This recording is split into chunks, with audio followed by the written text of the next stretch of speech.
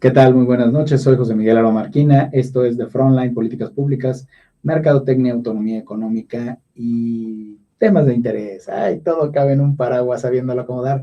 Y hoy me da mucho gusto precisamente en este tenor hablar de libros, hablar de delincuencia, delincuencia juvenil y prevención del delito con la doctora Esmeralda Martínez. ¿Cómo estás, doctora? Bienvenida a tu espacio. Agradecemos ahí, Jaime. En la producción está mi queridísimo Juan Carlos Chávez. ¿Cómo estás? Muy bien, como siempre, está contigo Saludando. saludando. Aquí a Frontline. Y bueno, pues precisamente vamos a hablar de algunas consecuencias del delito. No, ¿de qué vamos a hablar? Ay, sí. Oiga, por cierto, inmortalicen sus mejores recuerdos. No, ¿cuál es? ¿No? Violencia. Ah, acá están los tipos de violencia. Ya acá mi otro apuntador y productor asociado me dijo, ok, tipos de violencia y cómo prevenirla, precisamente porque es sumamente importante este tema. Doctora, adelante, somos todos suyos. Claro que sí, querido amigo. Pues básicamente en nuestra sociedad hemos tenido una problemática bastante amplia y sobre todo ahora con los tipos de violencia. Los tipos de violencia se están expandiendo y los estamos identificando en todos los sentidos. ¿Cómo puede ser esto? Bueno, tipo de violencia, por ejemplo, antes decíamos, si hay una violencia física se nota, ¿no? Una violencia en la que te va a dejar un moretón, te va a salir sangre, y decías, eso es violencia. Pero muchas personas se quedaron con esa creencia, que solamente es violencia cuando se te nota. Física y notoria, además. Así es. Y que te digan, a ver, ¿dónde tienes la herida? ¿Dónde traes el moretón? Eso es violencia. Y actualmente ya no es ese tipo de violencia las que estamos identificando, sino que son violencias diferentes o diversas que nos están afectando psicológica, emocionalmente y que también nos están afectando hasta nuestro patrimonio, ¿no? Es decir, existe la violencia psicoemocional, la violencia patrimonial, económica, reproductiva, sexual y hasta en algunos aspectos ya aquellas cometidas por el personal de salud, ¿no? Ese trato cruel, inhumano, degradante que puede darse en contra de las personas y en particular de las mujeres cuando están a punto de dar a luz, ¿no? De tener a los bebés. Entonces, y aparte, ahorita tenemos otra actualización con las violencias, que es la violencia digital. Hace algún tiempo no pensábamos que fuera a existir una violencia digital. Ahora ya la tenemos porque ya tenemos todo esto encima, que son todas las redes sociales, toda la actualidad de Internet y demás.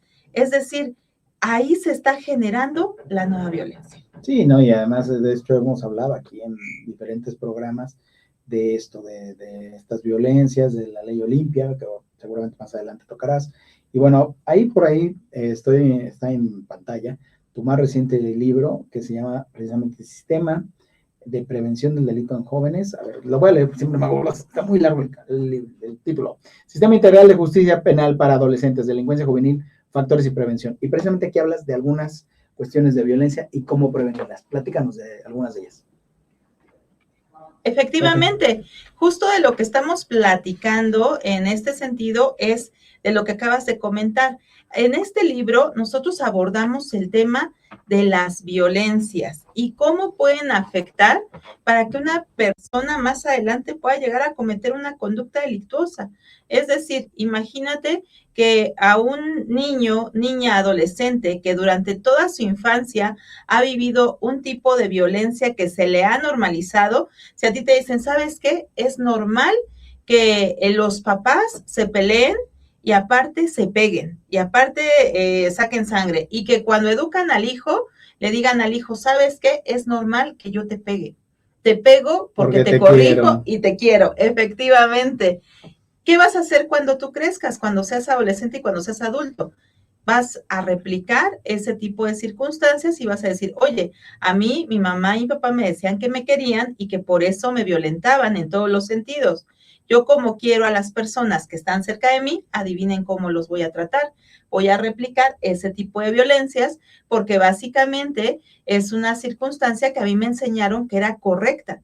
Y ahora le exigimos a nuestros niños y adolescentes y les decimos, no, es que tú ¿por qué eres violento?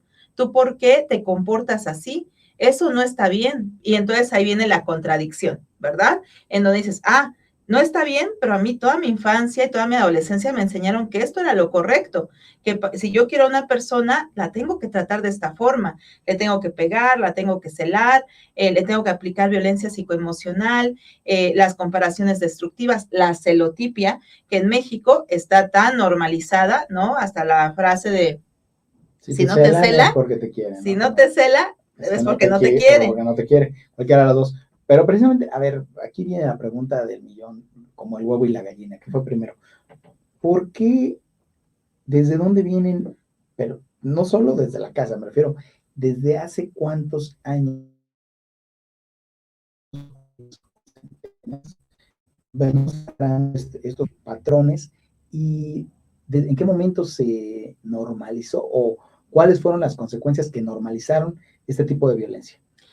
Aquí el detalle es que a través del tiempo siempre se ha normalizado la violencia. Y les voy a decir por qué. Porque nuestra sociedad tan solo se colocó una figura androcéntrica, una parte en donde el hombre era la figura principal, lo que giraba a su alrededor eran objetos.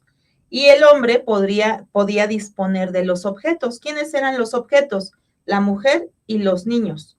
Es decir, yo soy tu dueño, tú me perteneces. Al momento que tú me perteneces, entonces yo puedo disponer y hacer contigo lo que tú quieras. Es más, si ustedes recuerdan, la mujer antes no podía hablar, no podía divorciarse, no tenía derecho del voto, ni siquiera era considerada una ciudadana y en algunas culturas sigue siendo considerada un objeto.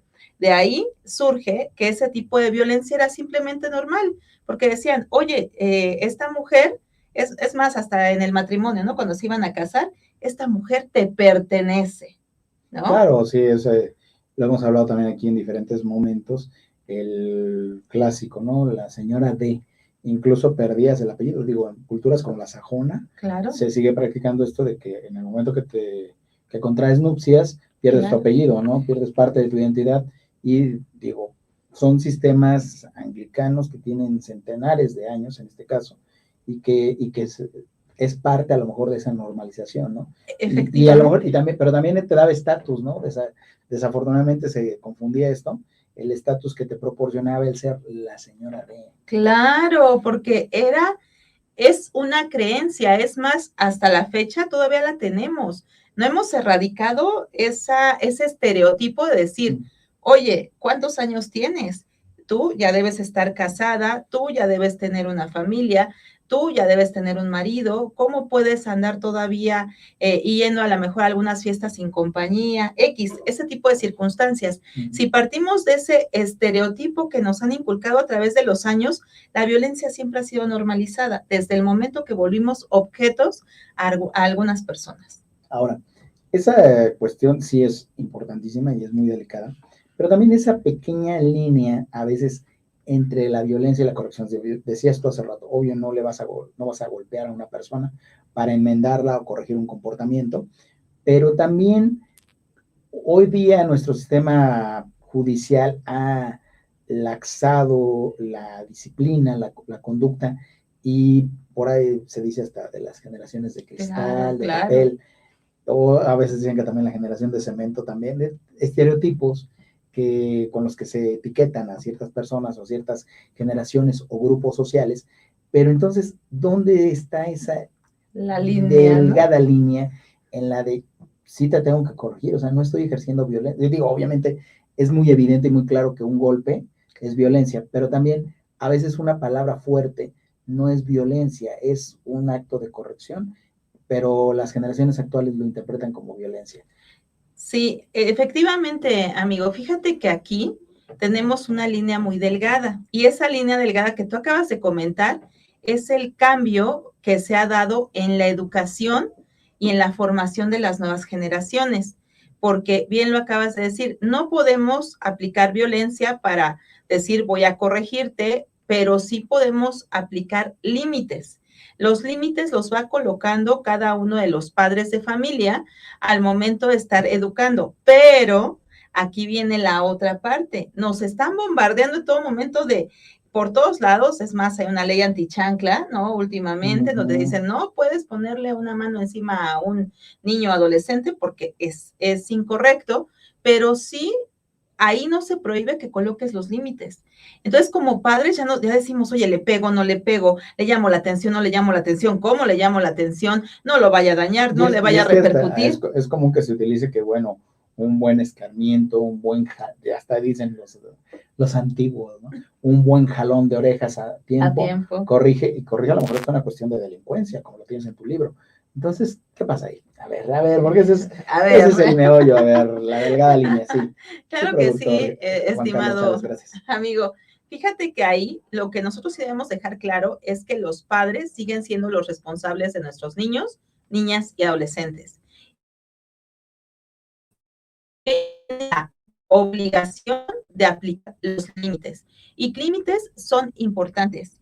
Y que esos límites no pueden llevar una violencia física ni algún otro tipo de violencia que los pueda dañar, pero sí será importante que los vayan colocando. ¿Qué es lo que hacen actualmente muchos padres con esta actualidad?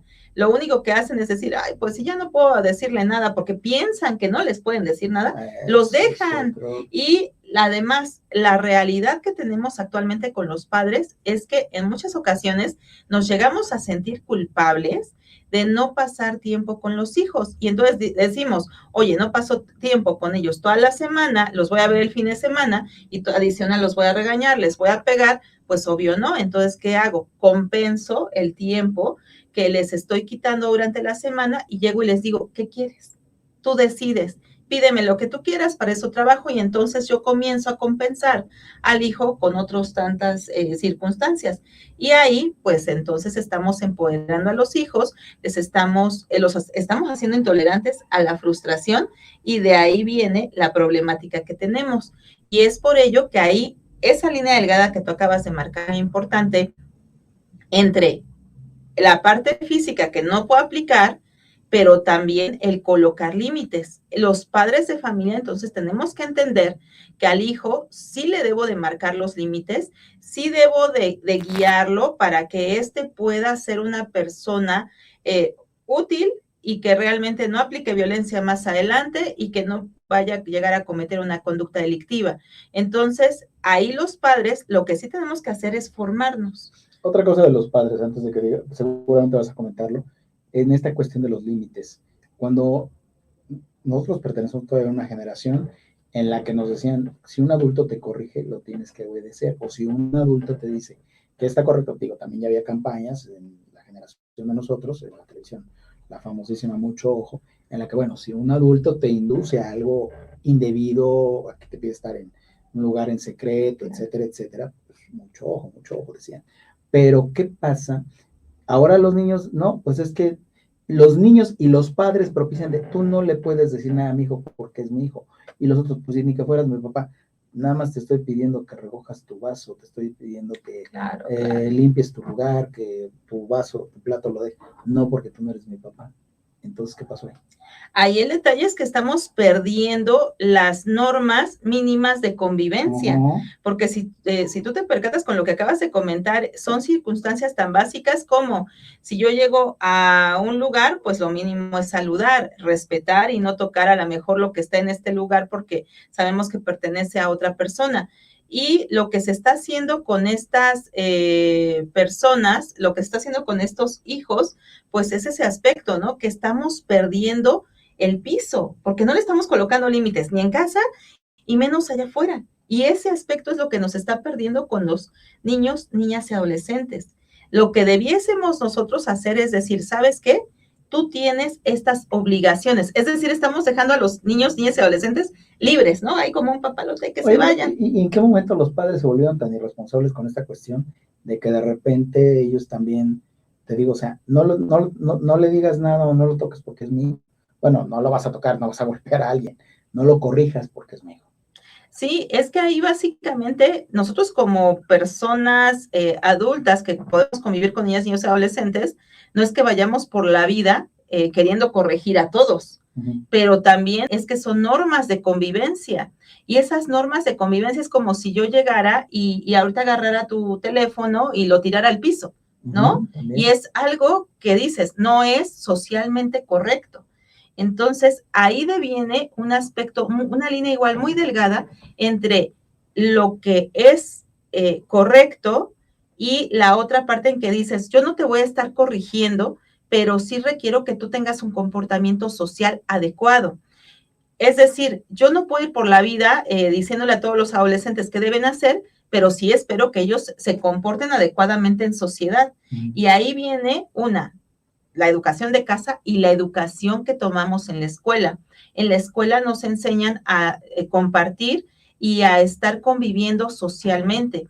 Y cuando estamos, por ejemplo, en algún otro aspecto en casa, bueno, ahí convivimos con nuestros padres, con la familia y demás. Y en cada una nos colocan los límites y las normas sociales.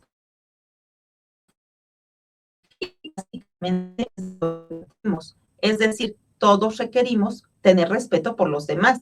Y esto es lo que deberíamos mostrarles nosotros a nuestros hijos, a nuestros niños y adolescentes que nos rodean. Has hablado de varios conceptos y hablando de límites, el límite del tiempo se está terminando, pero parecía, como tú bien lo mencionas, son cosas de sentido común y que sí están en un marco jurídico, en un marco legal y en tu libro. Precisamente para los que ya por ahí vieron el programa del Día Mundial del Libro, la doctora Esmeralda apareció con su libro en una de las cápsulas y me gustaría que platicaras rapidísimo de tu libro, dónde lo podemos comprar y algún último comentario respecto a esto de la violencia. Claro que sí, querido amigo. Bueno, básicamente el libro nos habla de todo lo que implica la delincuencia juvenil, cómo podemos prevenirla, las etapas que se dan en un proceso de justicia para adolescentes. Este libro, ustedes se pueden ilustrar, está hecho para cualquier persona que quiera conocer del tema, es un lenguaje sencillo y lo pueden conseguir a través de mis redes sociales, capacitadora doctora Esmeralda Martínez Lara, ahí hacen su pedido, se los podemos enviar a cualquier parte de la República Mexicana. Muy bien, pues muchas gracias. Te reitero algún último comentario.